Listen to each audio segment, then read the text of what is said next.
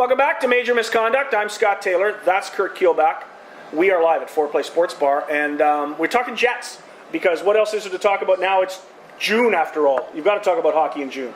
Absolutely. I mean, it's a year-round thing. It is now. And the big key right now for the Winnipeg Jets is to get their free agents signed, both restricted and unrestricted.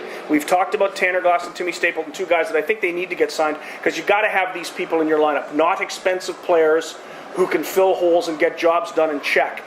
But for the Jets, the most important thing in this offseason is goaltending. They either have to get Andre Pavlik signed, or they have to get Jonas Gustafsson signed. One of the two has to be signed. I don't think you sign both of them, because I think they're exactly the same goaltender.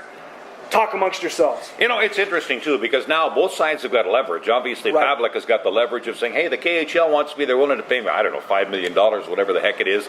And the Jets, Jets, on the other hand, can say, you know what, well, we got the monster now, and who knows how good the monster could be. He was a guy that was thought he was going to be great when he was going to Toronto, so you always got to tamper the enthusiasm a little bit.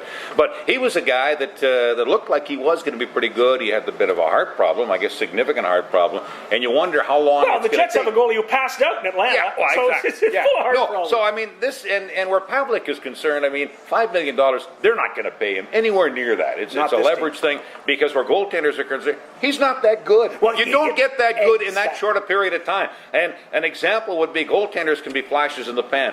Who really thought Mike Smith could do this year what he did after his background in Dallas? There was no indication. Background in Tampa. Yeah, and I mean, it goes along. Jonathan Quick has really risen over the time, and I think that he has shown himself to be the real McCoy. But for these other guys, and including Pavlik, you don't know yet. And Gustafsson, you really don't know yet either. The thing about Pavlik, and the most interesting thing is, people in town have been going crazy. Oh, you got to sign him, you got to sign him, you got to sign Pavlik. He's just the greatest. He was 39th in goals against and 35th in save percentage.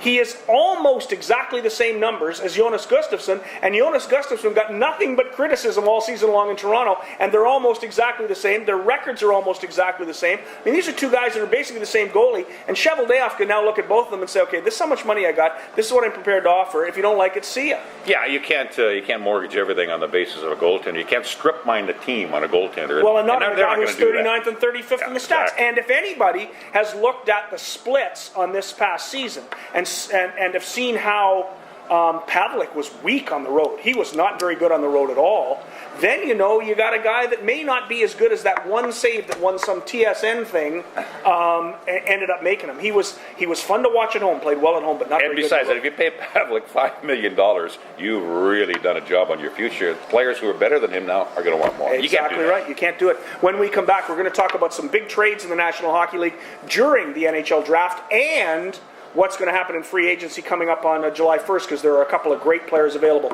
This is Major Misconduct. We're on 360 Winnipeg, and we're live at 4Play Sports Bar.